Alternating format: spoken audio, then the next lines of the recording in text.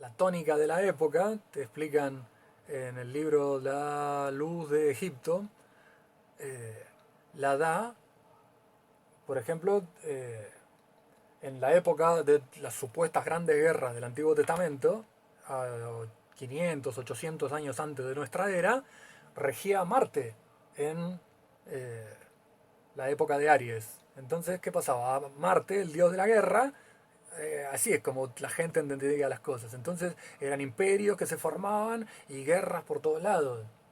Cuando pasa esa época y arranca la era de Pisces, con la llegada del supuesto Jesús, él empezó, el maestro de Pisces, a decir, hagamos el amor, y la enseñanza espiritual pasó por ese asunto. Ahora llega la era de Acuario, y en Acuario todo va a tener que ser saturnino, todo va a ser frío y lógico y legal. De hecho, tenemos dos eh, eras contiguas gobernadas por Saturno, así que a todos los que no les guste este asunto, agárrense de donde puedan porque no les va a gustar. Van a ser 2160, 4320 años seguidos de gobierno de Saturno. El zodíaco, a ver si se los puedo explicar de una manera que lo puedan entender. Hace muchísimo, muchísimo tiempo en los planiferios, espero que se vea más o menos nítidamente, se dibujaba una onda senoidal alrededor del Ecuador. La parte de arriba tocaba con el trópico de Cáncer y la parte de abajo tocaba con el trópico de Capricornio. Pero la gente se empezaba a avivar de que esto tenía que ver con la religión y se ve que lo dejaron de hacer. Cada uno de los semiciclos está dividido en 6 y tiene un signo zodiacal en cada una de las divisiones. Esto da cuenta de que a medida que va pasando el año, hay una cosa que se llama la eclíptica. No sé cuántas personas estarán duchas con este asunto, de que a medida que, a ver si se ve desde acá, a medida que va pasando el año, ¿ves el dibujito de acá? El Sol va a iluminar con fuerza un lugar distinto de nuestro planeta, no solamente porque la Tierra gira sobre sí misma, sino porque el eje de nuestro planeta se tuerce a medida que va pasando el año. Entonces, ¿qué pasa? Con ese corrimiento, vos sabés que en verano hace más calor y en invierno hace más frío, pero el Sol no tiene un termostato, no baja la temperatura del Sol. Lo que sucede es que hay lugares en el mundo en donde el Sol está alumbrando a 90 grados. Cuando pasan 6 meses, el eje de la Tierra se inclina, eh, y entonces el lugar a donde esos rayos solares caen a 90 grados es otro totalmente distinto. Vos tenés que, cuando es verano en Estados Unidos, el sol está más cerca del trópico de Cáncer. Y 6 meses más tarde, el sol está más cerca del trópico de Capricornio. Entonces es verano a la altura de Buenos Aires y Brasil. El lugar en el medio, donde está el Ecuador, recibe mucha influencia solar durante todo el año. Y los dos polos reciben prácticamente nula. Es una cuestión de el ángulo en el que la luz impacta la Tierra. No tiene nada que ver con la temperatura del Sol ni con la temperatura de los rayos. Cada 30 días nosotros miramos hacia arriba en el cielo a la noche y vemos una constelación a las 12 en el centro, que es la que se supone que está gobernando el cielo nocturno en aquel entonces. No son fijas, cada 72 años se mueve un grado el cielo, se ve que hay un desfasaje en el medio de todo ese movimiento que hay en todo el universo. eh, el giro de nuestro planeta sobre sí mismo y alrededor del Sol no está todo lo sincronizado con el resto de las constelaciones, pero el resto de las constelaciones se mantiene fiel a sí mismo, así que las mismas estrellas que formaron Aries hace miles y miles de años lo siguen formando ahora, solamente que a partir del 21 de marzo, cuando miramos al cielo nocturno, no vemos la constelación de Aries, ahora vemos Acuario, si no me equivoco. Pero las constelaciones están ahí y la influencia zodiacal es siempre la misma. Había hecho un cuentito. ¿Por qué? Porque esto obviamente obedece a las ciencias naturales. Cuando el Sol, que es el protagonista del zodíaco, en marzo cruza el Ecuador, da el inicio a el signo de Aries. Aries está simbolizado con un cordero, un animal peludo.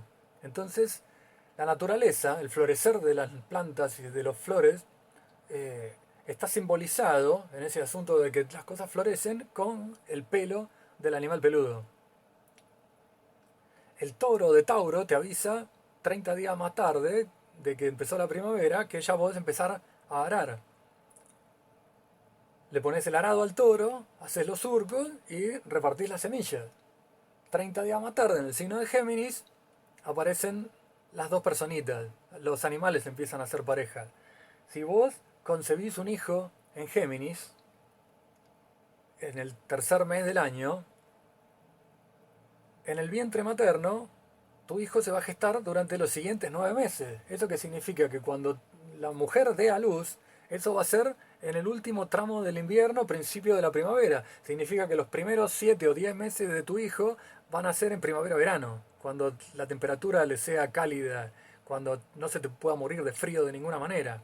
¿Entendés? No importa si nace prematuro o si nace débil, por lo menos la naturaleza lo trata más o menos bien.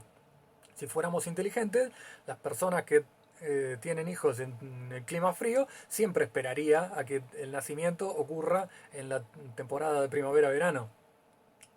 Todos los que lo hagan al revés o todo lo que salga de casualidad es lógicamente poco inteligente. Una vez que culmina el signo de Géminis, el Sol ya no puede ascender más en su ruta. Lo único que puede hacer es caminar de costado. De ahí a que se lo simbolice el signo de Cáncer con un cangrejo. 30 días más tarde, al pleno verano, el Sol se simboliza con la melena del león. Ese es uno de los animales poderosos con el que se usa. Diferentes zodíacos de diferentes lugares del mundo se simbolizan con diferentes animales. Si vos perdiste el momento de sembrar en Tauro, cuando llegue la época de Virgo, tu cosecha no va a estar lo bastante madura todavía y se te va a echar a perder. Por eso es por lo que es importante que tomes el tiempo de todas estas cosas.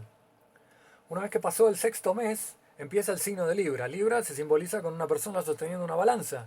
¿Por qué hay una balanza, una medición, algo que tiene que ver con el medio? Porque se pasaron los primeros 6 meses del año, esto es la mitad.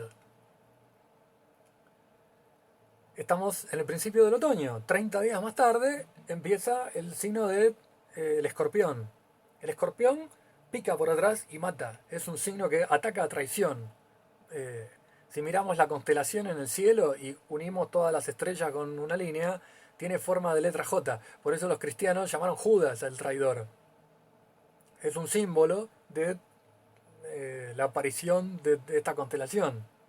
Así como 30 días más tarde, al protagonista, que viene siendo enjuiciado por los jueces de Israel en Libra y traicionado por Judas, cuando llega a la cruz,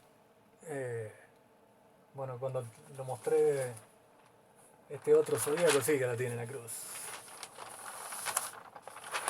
Yo marqué una cruz que divide primavera de verano, de otoño, de invierno. Cuando el sol desciende al punto más bajo, al límite entre el final del otoño y el principio del invierno, acá está el solsticio de invierno. Es el momento de menor cantidad de luz solar en el año. Es en donde se codifica la cuasi muerte del sol. Entonces, ¿qué pasa? Cuando llega a la cruz, aparece un soldado y lo pica con una lanza, en el cuentito de Jesús. Pasado este punto, el sol ya no puede bajar más. Empieza el signo de Capricornio y la cabra de monte lo que le gusta hacer es saltar por los costados de la montaña y asciende, lleva al sol en su ruta ascendente otra vez.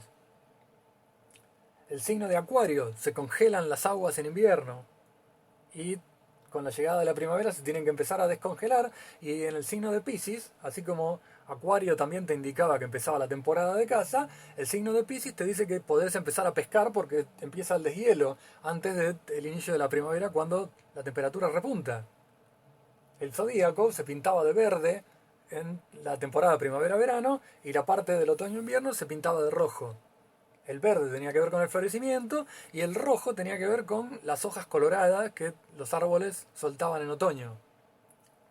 De ahí el pasaje por el Mar Rojo, de ahí un montón de los símbolos religiosos que tienen que ver con el jardín del Edén y el pasaje a el lugar afuera del Edén, digamos, a donde antes del ingreso Dios, por ejemplo, a Adán y a Eva les hace una vestimenta peluda y abrigada porque hace frío en la segunda mitad del año. Todo esto es simbólico. No me voy a cansar de repetirlo nunca. No importa qué religión ni qué parte de la religión estés mirando, los mitos son mitos. Y lo único que hacen es contar en símbolos cosas acerca de la ciencia astrológica y de cómo superar los vicios para transformarlos en virtudes y cómo crecer vos como ser. Todas y cada una de las veces que veas un obelisco, el obelisco es un no solamente símbolo fálico, es un signo solar. Lo usás para fijarte en qué momento del año estás. Cuando el sol sale en los equinoccios, la sombra que produce, tanto al amanecer como al atardecer, es del mismo tamaño alrededor del obelisco. No, no es al mediodía. Al mediodía prácticamente le pasa por arriba y la sombra es muy corta. En cambio, en cada solsticio va a ser en el solsticio de invierno, como el sol está muy agachado en el horizonte, la sombra es mucho más larga, mientras que en el solsticio de verano la sombra es mucho más cortita porque el sol está más arriba de donde tiene que estar. Mientras que en los equinoccios las sombras son siempre las mismas. De ahí que la cruz romana sea un palote largo y sea mucho más largo abajo que el horizontal eh, que tiene la misma distancia desde el centro hacia los lados. Se está mostrando la diferencia que hay en las sombras durante los solsticios y los equinoccios. Es, otra vez, un símbolo solar. Para los egipcios, creo que no tengo un dibujito de esto, el cielo era visto como una continuación del agua. Entonces, cuando vos hablas acerca del nacimiento virgen, por ejemplo, vos lo que estás hablando es de la mar Ia, que tuvo a su hijo, el sol, de Son of God, si lo querés en inglés, es mucho más fácil por el jueguito de palabras simbólico.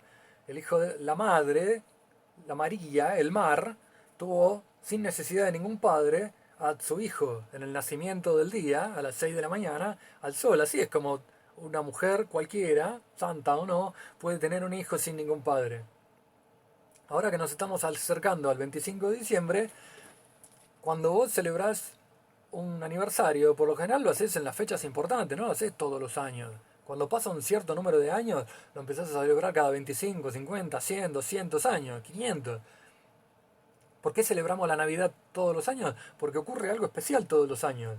El 25, en la época entre el 21 y el 25 de diciembre, se reinicia el reloj solar. Las tres estrellas del cinturón de Orión se alinean con una de las estrellas más importantes en lo que tiene que ver con la astrología, que se llama Sirio, la estrella madre de nuestro Sol. Y estas cuatro apuntan al lugar a donde el Sol va a ascender ese día, el 25. Entonces, ¿qué tenés acá? Tres estrellas que los griegos llamaban el cinturón de Orión, pero que los persas llamaban los tres reyes magos y que los católicos apostólicos romanos llamaban las tres Marías. ¿Entendés? Persiguiendo probablemente la estrella de Belén para asistir los tres reyes magos y el cuarto rey mago al nacimiento del Salvador. ¿Por qué es el Salvador? Porque venía todo mal con el asunto del invierno y la tierra no daba nada de comer y hacía frío, y si vivías en un lugar con temperaturas bajas extremas, la nieve, si no juntaba suficiente alimento, si no preparaba suficiente vino, si tu chimenea no era lo suficientemente alta como para que la nieve no te lo apagara, eran todos problemas, la nieve te destruía y se acabó. Las condiciones de vida materiales son terribles en nuestro planeta. Las personas de las ciudades no nos damos cuenta fácilmente de esto, pero en los lugares en donde no hay nada y donde la gente no es suficiente en número y la tecnología no se desarrolló hasta el punto de... bueno, y si las personas no se juntaron para desarrollarla tampoco, no podés hacer que las condiciones de vida básicas sean superiores a un punto en el que ahora en las ciudades ya ni pensamos en eso, tenemos tanto de todo que no nos preocupamos. Es una desgracia eso. Pero es un asunto simbólico, no voy a dejar de repetirlo